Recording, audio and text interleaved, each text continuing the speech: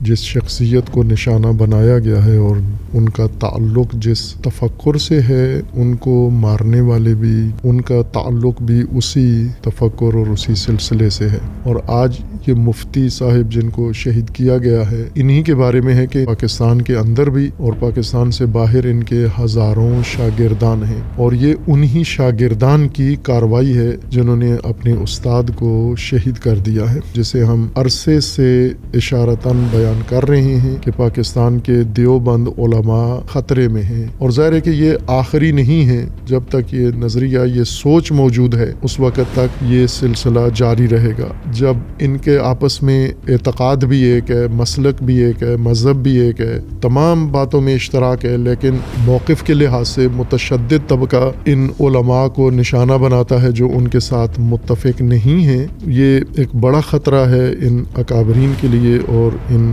بزرگان کے لیے۔ گڈ خوارج اور بیڈ خوارج آج بھی ہے۔ گڈ خوارج ان کے ساتھ بیٹھے ہوتے ہیں، ان کی میٹنگوں میں ہوتے ہیں، ان کو کمیٹیوں میں لیتے ہیں، احترام کرتے ہیں، پروٹوکول دیتے ہیں، ان کو پروگراموں کی اجازت دیتے ہیں، اور بیڈ خوارج جو افغانستان سے آتے ہیں انہیں تحمل نہیں کیا جاتا۔ جو بریلوی طبقے کو مسلمان سمجھتے ہیں یا جو شیعہ کو مسلمان سمجھتے ہیں، یہ ان کے قتل کا باقاعدہ فتویٰ دیتے ہیں۔ اتنا تشدد ان کے اندر پایا جاتا ہے۔ وحدت کو فروغ دیں، وحدت کے میدان میں آئیں اور وحدت کی نشستوں میں، مجلسوں میں شرکت کریں اور دوسرے مسالک کا احترام عملاً کر کے دکھائیں، تو یقیناً ان کے پیروکاروں میں اور ان کے مسلک کے اور دیگر طبقات کے اندر یہ شعور اجاگر ہوگا۔ جو نظریہ ذمہ دار ہے اس نظریے کو ختم کریں۔ یہ مدارس سے ختم ہونا چاہیے کہ شاگردوں کے ہاتھوں استاد نہ مارے جائیں۔ جیسا ماحول ہے، جس طرح کا فضا ہے، اس میں یہ توقع ہوگی کہ تشدد اور اعتدال یہ آپس میں یکجا نہیں رہ سکتے۔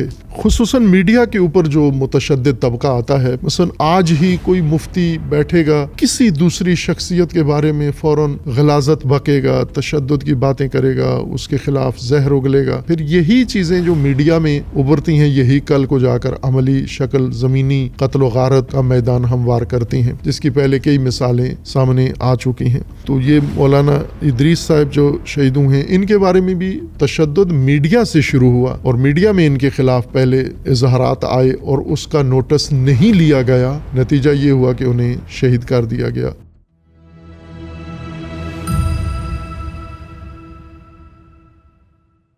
شیخ الحدیث مولانا ادریس صاحب کو مردان میں شہید کر دیا گیا ہے، اور اس کے بعد ان کی شہادت اور اس کارروائی کو میڈیا پر بھی زیادہ اہمیت کے ساتھ ذکر کیا گیا ہے، اور ان کی جماعت نے بھی احتجاج کی کال دی ہے، اور سرکاری طور پر بھی اس کی شدید مذمت کی گئی ہے، ہر طبقے نے کی ہے۔ یہ بہت ہی اہم رویداد ہے اس عنوان سے کہ جس شخصیت کو نشانہ بنایا گیا ہے اور ان کا تعلق جس تفکر سے ہے، ان کو مارنے والے بھی، جیسا کہ ظاہر کیا جا رہا ہے، ان کا تعلق بھی اسی تفکر اور اسی سلسلے سے ہے۔ پاکستانی ریاست نے جنہیں خوارج کا عنوان دیا ہے، فتنہ خوارج، اور مراد طالبان ہے، تحریک طالبان پاکستان، جو تحریک طالبان کا ہی ایک حصہ ہے جو دو حصوں میں بٹ گئے ہیں، ایک طالبان افغانستان ہے اور دوسرے تحریک طالبان پاکستان ہیں۔ تحریک طالبان ان کا اپنا اختیار کردہ نام ہے، اور اس کے دو حصے ہیں، ایک حصہ جو اس وقت افغانستان پر قابض ہے اور دوسرا حصہ پاکستان میں دہشت گردی میں فعال ہے، اور ریاست نے انہیں باقاعدہ طور پر، رسمی طور پر فتنہ خوارج کا عنوان دیا ہے، اور یہ بہترین عنوان ہے جو ان کی تاریخ میں ان کے لیے انتخاب کیا گیا ہے۔ ہر چند یہ ریاست کی ہی پیداوار ہیں، خود پاکستان کی ریاست کی اولاد ہیں، جس کا اعتراف ریاستی اداروں نے کیا ہے، ریاستی ذمہ داروں نے کیا ہے، میڈیا میں ہوا ہے، سیاسی ذمہ داران سب اس بات کا اعتراف کرتے ہیں بلکہ جب ان کو خوارج قرار دیا گیا اور جب انہیں خصوصاً افغانستان کے طالبان کو احسان فراموش قرار دیا گیا، اور احسان فراموشی سے مراد یہی تھی کہ ان کے وجود میں آنے اور انہیں باقاعدہ ایک مسلح لشکر بنانے اور انہیں افغانستان پر 2 دفعہ مسلط کرنے میں پاکستان ہی کا بنیادی کردار ہے۔ باقی ریاستیں جیسے امریکہ ہے یا جیسے سعودی عرب ہیں، ان کا تعاون رہا ہے، لیکن بنیادی کردار پاکستان نے ادا کیا ہے۔ لیکن جب انہیں اقتدار مل گیا اور تمام عہد معاہدے انہوں نے کیے اور پھر پاکستان کے مخالف ہو گئے اور پاکستان کے اوپر انہوں نے حملے شروع کیے، بلکہ پاکستان میں امارت اسلامی بقول خود ان کے نام نہاد امارت اسلامی قائم کرنے کے خواب انہوں نے دیکھے کہ افغانستان میں امارت اسلامی قائم ہو گئی ہے، اور ابھی پاکستان میں افغانستان کے بعد پاکستان میں امارت اسلامی کا قیام ان کے لیے ضروری تھا۔ ان کے اپنے تصور کے مطابق کہ خراسان ریاست کی تکمیل اس وقت ہوتی ہے جب پاکستان بھی امارت اسلامی کے نیچے آ جائے۔ ایک دن پاکستان کے حکمرانوں کی یہ خواہش تھی کہ افغانستان پاکستان سے ملحق ہو جائے اور پاکستان کا حصہ بن جائے، پاکستان کو اسٹریٹجک ڈیپتھ مل جائے، اور آج الٹ ہو گیا ہے۔ افغانیوں کا، طالبان کا یہ نظریہ و سوچ ہے کہ پاکستان افغانستان کے ساتھ الحاق کر لے اور اسے بزور شمشیر ایک غزوہ جس کی پیشگی بینی یہ عرصے سے کرتے آ رہے ہیں، غزوہ ہو اور اس غزوہ میں پاکستان کو فتح کر لیا جائے اور امارت اسلامی کا حصہ بنا دیا جائے۔ یہ باقاعدہ ان کی نظریاتی اور مذہبی سوچ ہے جو شروع سے قائم ہوئی تھی اور اسے آج یہ عملی کرنے آ رہے ہیں۔ پاکستان کی ریاست نے ان کے ساتھ بہت رواداری کا رویہ اختیار کیا ہے۔ سال ہا سال ان کے قتل و غارت اور درندگی کے باوجود ان پر آنکھیں بند رکھی ہیں، چشم پوشی رکھی ہے، نرم دلی، رحم دلی بے جا طور پر ظاہر کی ہے، اور حتیٰ یہ سابقہ حکومت تک، جب پاپولر کی حکومت پاکستان میں قائم کی گئی تھی اور ان کی حکومت کے اختتام تک ریاست کا نرمی کا رویہ ان کے ساتھ قائم تھا، بلکہ انہیں پاکستان لانے کے لیے حکومتی اور ریاستی سطح پر کوششیں کی گئیں اور انہیں منتقل کیا گیا، جس کا اظہار پاکستان کے باقاعدہ رسمی ذمہ داران کرتے رہے ہیں۔ وزیر دفاع، وزیر اعظم، وزیر خارجہ، وزیر داخلہ، سب یہ اعلانات باری باری کرتے رہے ہیں، اور یہ مسلمات میں سے ہے۔ لیکن جب یہ پاکستانی بیانیے کے مطابق نہیں چلے تو انہیں خوارج کا عنوان دیا گیا۔ یہ خوارج جو مسلکی طور پر پاکستان میں ہی تربیت حاصل کی ہے، پاکستان کے مدارس میں انہوں نے تربیت حاصل کی ہے، دیوبند مسلک کے مدارس میں انہوں نے تربیت حاصل کی ہے، اور آج یہ مفتی صاحب جن کو شہید کیا گیا ہے، انہی کے بارے میں ہے کہ ان کے ہزاروں شاگرد، جو کچھ اخبار میں نقل ہو رہا ہے، چونکہ ان کا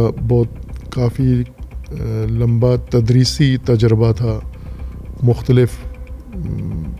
مدارس کے اندر تدریس کرتے رہے، شیخ الحدیث کا درجہ تھا، ایک بڑا علمی مقام ان کا بیان کیا جاتا ہے۔ تو پاکستان کے اندر بھی اور پاکستان سے باہر ان کے ہزاروں شاگردان ہیں، اور یہ انہی شاگردان کی کارروائی ہے جنہوں نے اپنے استاد کو شہید کر دیا ہے، اور یہ بہت اہم ایک قسم کا کہیں اعلان خطر ہے تمام پاکستانی علماء کے لیے، خصوصاً دیوبند کے علماء کے لیے، جسے ہم عرصے سے اشارتاً بیان کر رہے ہیں کہ پاکستان کے دیوبند علماء خطرے میں ہیں، یہ خطرات باری باری سب کے لیے آئے ہیں۔ آغاز پاکستان کے اندر دہشت گردی کا تشیع کے اوپر ظلم و جنایت سے ہوا ہے، ہاتھ انہوں نے شیعوں پر سیدھا کیا ہے، پھر اس کے بعد افغانستان میں انہوں نے تربیت ٹریننگ لی ہے، اور اس کے بعد ریاست کو نشانہ بنایا، سرکاری اداروں کو نشانہ بنایا، پولیس اور فوج کو نشانہ بنایا، اور ابھی تک یہ ان اداروں کے خلاف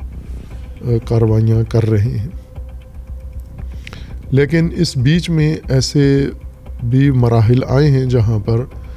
یہ کھل کے انہوں نے اظہار کیا ہے، اپنے استادوں کو باقاعدہ طور پر خط لکھا ہے۔ موجودہ جو سرغنہ سرکردہ ہے پاکستانی خوارج کا، طالبان کا، اس نے باقاعدہ طور پر دیوبند کے اکابرین کو، علماء کو، اپنے استادوں کو خط لکھ کر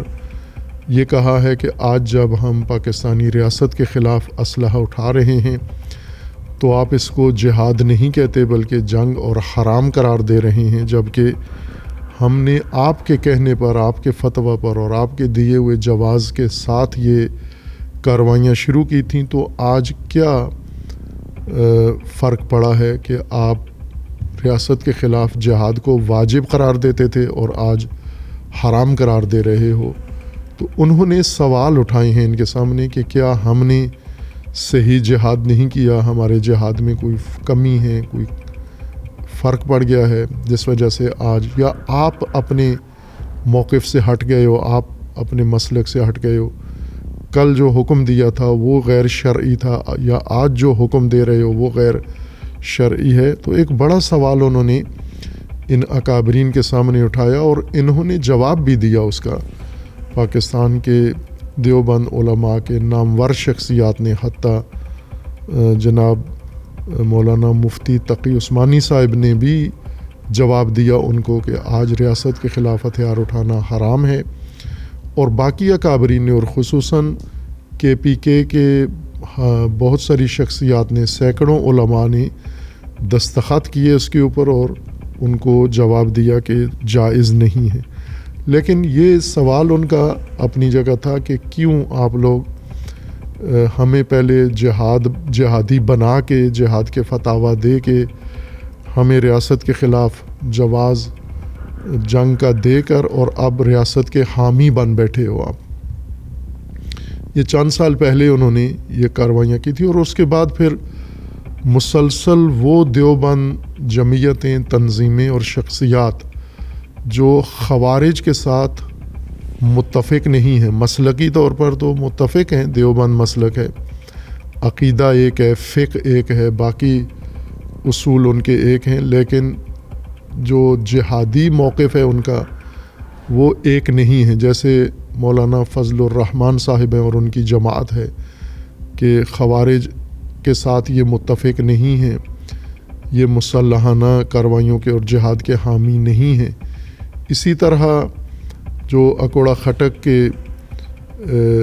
محتمم تھے اور جنہیں پچھلے سال شہید کیا گیا، حامد الحق صاحب، وہ بھی ریاست کے حامی تھے اور اس ریاست کے خلاف کارروائیوں کو ناجائز سمجھتے تھے۔ اور اسی طرح بہت سارے اور اکابرین ان کے جو پہلے خوارج کی کارروائیوں کا نشانہ بنے ہیں، اور اس سے پہلے جماعت اسلامی کے سابقہ امیر محترم سراج الحق صاحب پر بلوچستان میں باقاعدہ قاتلانہ خودکش حملہ ہوا جس میں وہ محفوظ رہے، اور بار بار مولانا فضل الرحمان صاحب پر بھی کئی دفعہ حملے ہوئے اور وہ محفوظ رہے، لیکن کئی جگہ ان کے مختلف علاقوں میں عہدیدار پارٹی کے ان کے اوپر کامیاب کارروائیاں ہوئیں اور انہیں شہید کیا گیا۔ اور یہ بات ہم نے جب انہوں نے خط لکھا تھا اسی وقت یہ اشارہ کیا تھا کہ انہوں نے 2 خط لکھے ہیں، ایک خط جو نشر ہوا ہے جس کی تشہیر کی گئی ہے، میڈیا تک آیا ہے، جس میں انہوں نے سوال اٹھایا تھا کہ دیوبند سلسلے کے اکابرین سے جو آج خود تسلیم کرتے ہیں بعض مفتیان کرام کہ ہم نے خود یہ جہادی گروہ بنائے ہیں، جہادی طالبان ہم نے تشکیل دی ہیں اپنے مدارس میں اور یہ ہمارے شاگرد ہیں، اور اس وقت ریاست بھی اس چیز کی حامی تھی، لیکن بعد میں جب ریاست کا موقف بدل گیا اور ان کا بدل گیا تو اس وقت جو اکابرین ریاست کے ساتھ تھے انہیں اس متشدد جہادی گروہ نے دمکانا شروع کیا۔ کراچی سے لے کر خیبر پختونخوا تک جتنے بھی دیوبند سلسلے کے اکابرین تھے انہوں نے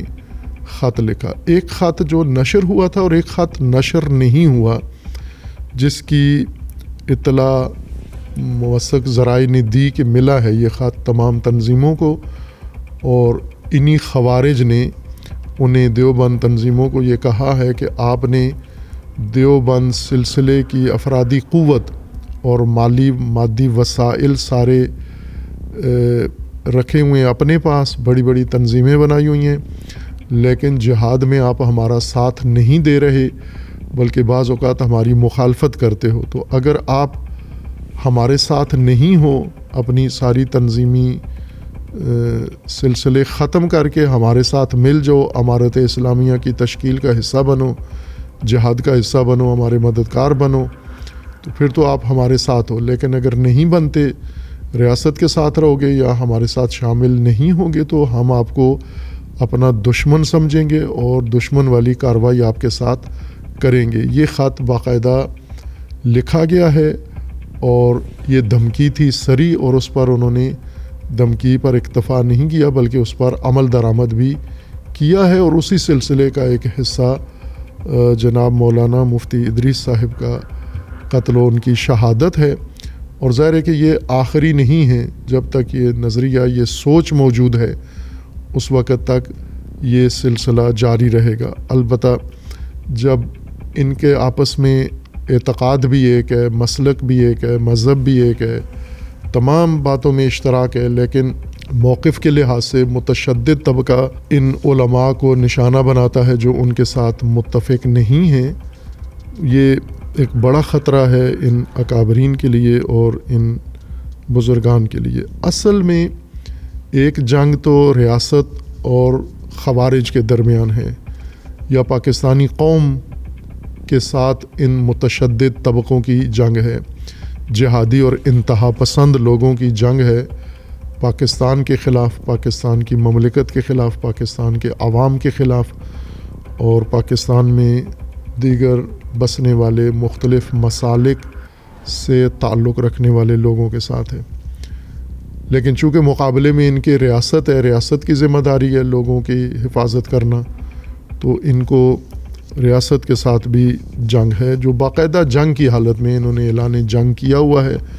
اور روزانہ کارروائیاں بھی اپنی کر رہے ہیں۔ ایک جنگ اسی کا حصہ، اسی جنگ کا حصہ ہے، اور وہ ہے تشدد اور اعتدال کی جنگ۔ ریاست کے خلاف جنگ، مسلحانہ کارروائیاں، یہ ایک جنگ ہے یا اسی جنگ کا ایک پہلو ہے۔ ایک پہلو تشدد، شدت پسندی اور اعتدال پسندی کے درمیان جنگ ہے۔ پاکستان میں انہی مسالک کے اندر چونکہ تشدد ابھی منحصر نہیں رہا دیوبند سلسلے میں، بلکہ دیوبند سلسلے سے نکل کر بریلوی سلسلے کا بھی حصہ بن گیا ہے، اور بریلویت کے اندر تشدد ہے، اگر یہ کہا جائے کہ زیادہ ہو گیا ہے اس وقت صورتحال میں، موجودہ صورتحال میں تشدد ان کے اندر زیادہ بڑھ گیا ہے، تو بھی مبالغہ نہیں ہے۔ پہلے نہیں تھا، بریلوی مسلک، اس کے تمام طبقات ایک اعتدال کے ساتھ زندگی گزار رہے تھے، ہر چند ان کے خلاف بعض اوقات کارروائیاں بھی ہوتی تھیں اور ان کے مقدسات کی بے حرمتی بھی ہوتی تھی، لیکن کبھی بھی بریلویت نے تشدد کا راستہ اختیار نہیں کیا۔ لیکن اب تشدد بھرپور طریقے سے ان کے وجود میں، ان کے پیکر میں بھی ڈال دیا گیا ہے۔ دیوبند کے اندر تشدد موجود تھا، لیکن دیوبند سلسلے کے بہت سارے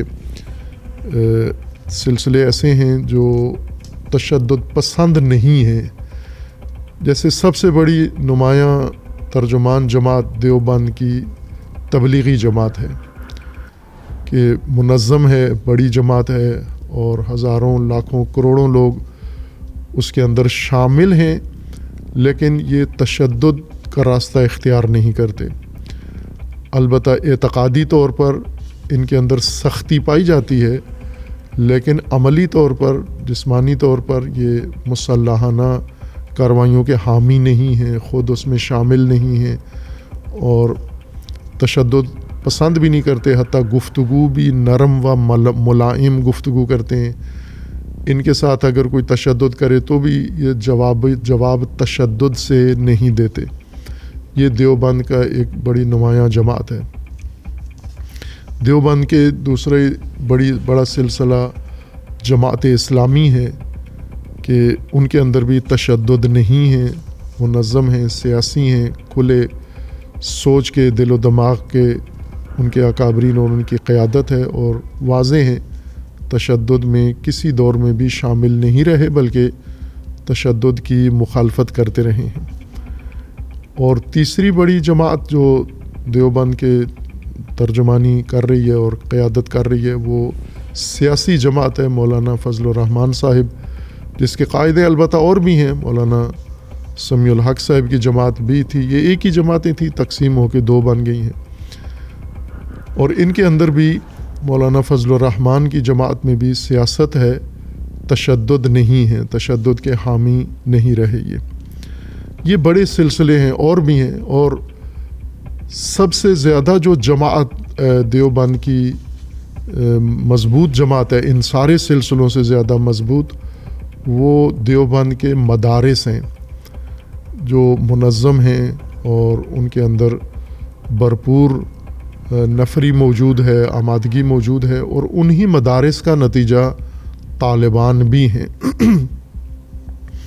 مدارس کے اندر ان کے تشدد پایا جاتا ہے، شدت پسند لوگ مدارس ہی سے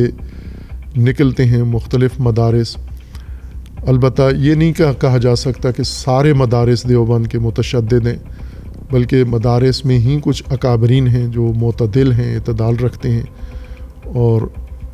دوسرے مسالک کے ساتھ ایک رواداری کے ساتھ رہتے ہیں اور رابطہ رکھتے ہیں۔ لیکن تشدد پھوٹتا بھی انہی مدارس سے ہے۔ تشدد یہاں شدت پائی جاتی ہے کہ میڈیا میں بھی اس کا اظہار ہوتا رہتا ہے گاہے گاہے۔ ایک جنگ ان کے آپس میں ہے، یعنی معتدل اور متشدد لوگ، معتدل آپس میں معتدل اور آپس میں متشدد۔ ممکن ہے دوسرے مسالک کے بارے میں زیادہ شدت ہی رکھتے ہوں، جیسے مثلا ممکن ہے شیعہ کے بارے میں یکساں سوچ رکھتے ہوں، لیکن آپس میں یا ریاست کے ساتھ تعلق میں ان کے دو گروہ ہیں۔ ایک وہ گروہ ہے سیاسی ہوں، یا جیسے جماعت اسلامی ہو، تبلیغی جماعت ہو، یا جمعیت علماء اسلام ہو، یا اس طرح کے دیگر جو ادارے ہیں یا تنظیمیں ہیں ان کی، یہ ریاست کے ساتھ تشدد کے رویے کے حامی نہیں ہیں۔ لیکن کچھ لوگ ان کے اندر ایسے ہیں جو ریاست کے مقابلے میں تشدد کے حامی ہیں، دوسرے مسالک کے خلاف تشدد کے حامی ہیں۔ ایک جنگ ان کی آپس میں ہے۔ جو متشدد طبقہ ہے اس نے جماعت دیوبند کے اکابرین و قیادت کو اپنے دباؤ میں رکھا ہوا ہے۔ مثلا دیوبند علماء جو وحدت کے خواہاں ہیں، وحدت کے حامی ہیں، وحدت مسلمین کے حامی ہیں، وحدت امت کے حامی ہیں اور صدق دل سے حامی ہیں، متشدد طبقے کے سامنے وہ مغلوب ہیں، اور یہ متشدد طبقہ انہیں وحدت کے عمل میں شرکت کی اجازت نہیں دیتا۔ اور یہ علماء اگر انہیں تشدد پسند طبقہ آزاد چھوڑے، دباؤ نہ ڈالے، دھمکیاں نہ دے، جس طرح سے ابھی انہوں نے مفتی ادریس صاحب کو شہید کر دیا ہے، اس طرح کے پیغامات انہوں نے سب لوگوں کو دیے ہوئے ہیں۔ جو بھی وحدت کی بات کرتا ہے، جس کا دوسرے مسالک کے بارے میں نرم رویہ ہے، جو دوسرے مسالک کو بھی مسلمان سمجھتا ہے، یہ متشدد طبقہ ان کے خلاف ہو جاتا ہے اور انہیں دھمکیاں دیتا ہے، اور چونکہ ان کے ہاتھ خون میں رنگین ہیں متشدد طبقے کے، لہٰذا وہ ٹلتے نہیں ہیں۔ اور متشدد طبقہ یہ خوارج ایک وہ لوگ ہیں جو افغانستان میں مقیم ہیں اور پاکستان پر حملہ ور ہوتے ہیں، ریاست پر حملہ ور ہوتے ہیں، افواج پر، پولیس پر اور علماء پر، حتیٰ اپنے ہی مکتب اور اپنے ہی مسلک کے ان علماء پر حملہ ور ہوتے ہیں جو فکری طور پر ان کے ساتھ ہم آہنگ نہیں ہیں. اور ایک انہی جیسا متشدد طبقہ افغانستان میں نہیں پاکستان میں مقیم ہے، پاکستان کے ہر شہر میں مقیم ہے، چاروں صوبوں میں، بلکہ پاکستان کے چاروں صوبوں کے علاوہ جو باقی 2 علاقے ہیں جیسے گلگت بلتستان اور آزاد کشمیر، ان میں بھی مقیم ہے یہ طبقہ، متشدد طبقہ، جو پاکستان کے اندر موجود معتدل، وحدت پسند اور اعتدال پسند علماء کو دباؤ میں رکھے ہوئے ہیں. وہ پاکستان کے اندر مقیم ہیں. متشدد تنظیمیں کہ آئے دن اگر کوئی شخص کوئی بھی اظہار کرے تو اس کے خلاف شدت سے اٹھ کھڑے ہوتے ہیں اور اسے اسلام سے خارج قرار دے کے اسے توبہ کرنے پر مجبور کرتے ہیں، جس کی ایک بڑی مثال مرحوم مفتی رفیع عثمانی صاحب تھے کہ انہوں نے اپنی وفات سے کچھ دن پہلے یا کچھ مہینہ پہلے محرم کی آمد پر خطبہ جمعہ میں یہ اظہار کیا تھا کہ محرم آ رہا ہے اور اس محرم میں شیعہ عزاداری کرتے ہیں اور شیعہ ہمارے مسلمان بھائی ہیں، ہم سب نے مل کے پاکستان بنایا ہے اور ہم نے اس میں رواداری کے ساتھ رہنا ہے. 3 دن بعد انہوں نے باقاعدہ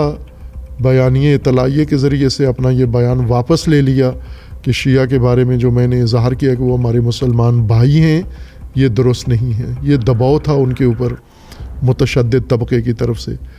یہ وہ خوارج نہیں ہیں جو افغانستان میں تھے، یہ وہ خوارج ہیں جو کراچی میں تھے اور جنہوں نے ان کے اوپر دباؤ ڈالا، اور وہ خوارج جو پنجاب میں موجود ہیں، اور یہ وہ خوارج ہیں جو ریاست کے دوست ہیں. ریاست ان خوارج کو بھائی کہ یہ خوارج ہونے کے لحاظ سے وہی کوئی فرق نہیں ہے افغانستان میں مقیم متشدد خوارج اور کراچی پنجاب اور باقی علاقوں میں مقیم خوارج میں کوئی فرق نہیں ہے. لیکن ہماری ریاستی پالیسیاں ایسے ہوتی ہیں کہ یہ ہمیشہ گڈ طالبان اور بیڈ طالبان فرق رکھتے ہیں. گڈ خوارج اور بیڈ خوارج آج بھی ہے. گڈ خوارج ان کے ساتھ بیٹھے ہوتے ہیں، ان کی میٹنگوں میں ہوتے ہیں، ان کو کمیٹیوں میں لیتے ہیں، احترام کرتے ہیں، پروٹوکول دیتے ہیں، ان کو پروگراموں کی اجازت دیتے ہیں. اور بیڈ خوارج جو افغانستان سے آتے ہیں انہیں تحمل نہیں کیا جاتا. باہر کے ریاستی پالیسیوں میں اصلاح کی ضرورت ہے کہ تفکر اگر خارجی تفکر ہے تو ایسا شخص آج نہیں تو کل ضرور اقدام کرے گا، جارحیت کرے گا اور مفتی ادریس صاحب جیسی کسی شخصیت کو نشانہ بنائے گا اپنے ہی مسلک کی، جو ان جیسی سوچ نہیں رکھتے، جو ریاست کے بارے میں نرم لہجہ اختیار کرتے ہیں یا دیگر مسالک کے بارے میں، مثلا جو بریلوی طبقے کو مسلمان سمجھتے ہیں یا جو شیعہ کو مسلمان سمجھتے ہیں، یہ ان کے قتل کا باقاعدہ فتویٰ دیتے ہیں. اتنا تشدد ان کے اندر پایا جاتا ہے. اور اس تشدد کو روکنے کے لیے فقط ریاست کافی نہیں ہے، اسے فوج کے ذریعے اس تشدد کو ختم نہیں کیا جا سکتا. اس کے لیے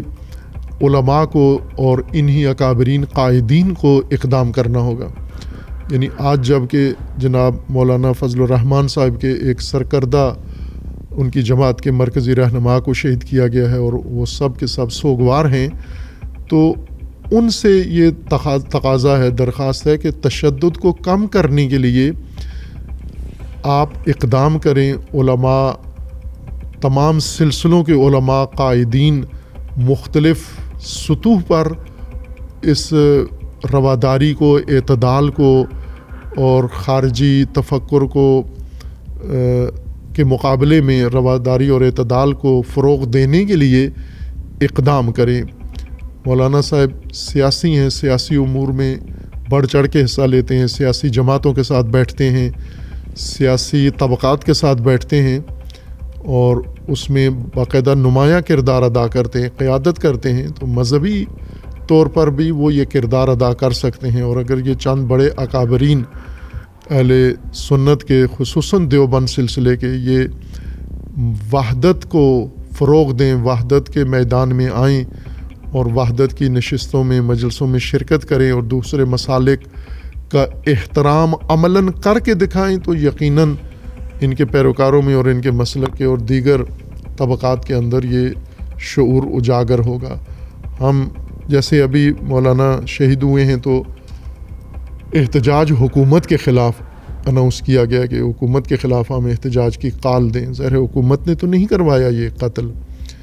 یہ شہادت ان کی وجہ سے نہیں ہے، ریاست کی ٹھیک ہے ان کو تحفظ دینے میں کوتاہی ہوئی ہے اس حد تک، لیکن جو اصل ذمہ دار ہیں، جو نظریہ ذمہ دار ہے، اس نظریے کو ختم کریں۔ اور خصوصاً مدارس میں یہ ہماری ان سے درخواست تقاضا ہے کہ اپنے مدارس کے اندر ایسا ماحول بنائیں خود کہ جہاں پر یہ تفکر کہ جو بھی آپ کا حامی نہیں ہے، جو بھی آپ کے ساتھ نظریاتی اختلاف رکھتا ہے اس کو قتل کر دیں آپ، یہ مدارس سے ختم ہونا چاہیے کہ شاگردوں کے ہاتھوں استاد نہ مارے جائیں۔ شاگرد کیسے شاگرد ہیں کہ جو ہی استاد کا رویہ دیکھتے ہیں کہ آج یہ استاد ریاست کا حامی بن گیا ہے یا یہ مختلف مذاہب کا احترام کر رہا ہے تو شاگرد اٹھ کے استاد کو حملہ کر دے۔ ظاہر خوارج جن کو طالبان کہا جاتا ہے وہ افغانستان میں ہوں یا پاکستان میں ہوں، انہی علماء کے شاگرد ہیں، انہی مدارس میں انہوں نے پڑھا ہے، اور مدارس کے اندر اعتدال قائم کرنا بہت ضروری ہے۔ یہ اگر کسی نے نمونہ دیکھنا ہو کہ مدرسے کے اندر اعتدال کیسے قائم ہوتا ہے، میں تمام اکابرین کو دعوت دوں گا جامعہ عروۃ الوثقیٰ آنے کی، کہ جامعہ عروۃ الوثقیٰ ایک ایسا مدرسہ ہے بائی کے عنوان اس کا یہ ہے کہ یہ شیعہ ادارہ ہے، تشیع کا ہے، اور اہل البیت کے منہج پر تعلیم دی جاتی ہے اس کے اندر، اور ایسا ہی ہے، ہم اہل البیت کے منہج پر ہی نصاب ہے، اس کی تعلیم ہے، تربیت ہے، جو کچھ بھی ہے وہ اہل البیت کے منہج پر کیا جاتا ہے۔ لیکن اہل البیت کے منہج میں تشدد نہیں ہے، اہل البیت کے منہج میں دوسرے مسالک کا احترام ہے، ان کے مقدسات کا احترام ہے، ان کی شخصیات کا احترام ہے، کہ عروۃ الوثقیٰ میں ذرہ برابر کسی بھی پہلو سے، کسی بھی گوشہ و کنار میں تعصب یا منافرت یا فرقہ واریت یا بے احترامی کسی کے مقدسات کی یہ یہاں پر نظر نہیں آئے گی۔ تو اگر ایک مدرسہ پاکستان میں ایسا بن سکتا ہے تعصبات سے خالی اور فرقہ واریت سے ماورا بالاتر اور تعصبات اور شدت سے ہٹ کر اعتدال کے ساتھ اپنے منہج پر قائم رہتے ہوئے دوسروں کا احترام کرے، دوسروں کے لیے آغوش باز رکھے، دل کشادہ رکھے، تو یہ ہر مدرسے کے لیے ممکن ہے۔ اگر ناممکن ہوتا تو ایک مدرسہ کیوں کامیاب ہوتا اس منہج کے اندر؟ تو یہ کام ہو سکتا ہے بشرطی کہ اس نقصان کو سمجھیں کہ آج مولانا مفتی ادریس صاحب شہید ہوئے ہیں، کل کوئی اور اس کا شکار ہوگا۔ ہماری دعا ہے کہ نہ ہو، سب اللہ تعالیٰ سب کی حفاظت فرمائے، لیکن جیسا ماحول ہے، جس طرح کا فضا ہے، اس میں یہ توقع ہوگی کہ تشدد اور اعتدال یہ آپس میں یکجا نہیں رہ سکتے۔ ظاہر ہے کسی معتدل شخصیت نے متشدد کے قتل کا حکم نہیں دینا، جس طرح حابیل و قابیل کا ماجرا ہے کہ جب قابیل نے حابیل کے قتل کے لیے ارادہ ظاہر کیا تو حابیل نے جواباً کہا کہ میں تو نہیں کروں گا، میں تیری طرف ہاتھ نہیں بڑھاؤں گا چونکہ تو میرا بھائی ہے۔ یہی دو مثالیں آج بھی ہیں کہ معتدل طبقات جتنے بھی ان کے خلاف تشدد کیا جائے وہ کبھی بھی کسی کے قتل کا حکم نہیں دیتے، کسی کے اوپر تشدد کا حکم نہیں دیتے، کسی کو خارج از اسلام قرار نہیں دیتے، ہر چند انہیں گلہ شکوہ ہوگا۔ جس کی ایک بڑی مثال مولانا طارق جمیل صاحب ہیں کہ دیوبند سلسلے نے ان پر تشدد کیا، فتوے دیے، دین سے خارج قرار دیا، باقیوں نے تعصب کیا، ان کی اپنی جماعت نے، تبلیغی جماعت کے اندر سے ان کے خلاف کافی شدت ابھری، لیکن انہوں نے ایک دفعہ بھی کسی کے بارے میں یہ نہیں کہا کہ یہ فلاں میرا مخالف یہ اسلام سے خارج ہو گیا ہے، یہ واجب القتل ہو گیا ہے، یہ فلاں ہو گیا ہے۔ انہوں نے پھر بھی تحمل کیا ہے، جنہوں نے ان کے خلاف زیادتی کی ہے انہوں نے ان کے حق میں بھی خیر کی دعا کی ہے۔ تو یہ منہج سارے اختیار کر سکتے ہیں تاکہ یہ قیمتی جانیں ضائع نہ ہوں۔ اس کے اوپر حکومت کو بھی توجہ دینی ہے اور ریاست و علماء کو بالخصوص یہ فضا قائم کرنے میں ہمت کرنی ہوگی. خصوصاً میڈیا کے اوپر جو متشدد طبقہ آتا ہے پاکستانی حکومت بحتی علماء بھی نوٹس نہیں لیتے اس کے. مثلا آج ہی کوئی مفتی بیٹھے گا کسی دوسری شخصیت کے بارے میں فوراً غلاظت بکے گا، تشدد کی باتیں کرے گا، اس کے خلاف زہر اگلے گا، اور پاکستان کی ریاست، حکومت، ادارے دیکھ کے آنکھیں بند کر لیتے ہیں. پھر یہی چیزیں جو میڈیا میں ابھرتی ہیں یہی کل کو جا کر عملی شکل زمینی قتل و غارت کا میدان ہموار کرتی ہیں، جس کی پہلے کئی مثالیں سامنے آ چکی ہیں. تو یہ مولانا ادریس صاحب جو شہید ہوئے ہیں ان کے بارے میں بھی تشدد میڈیا سے شروع ہوا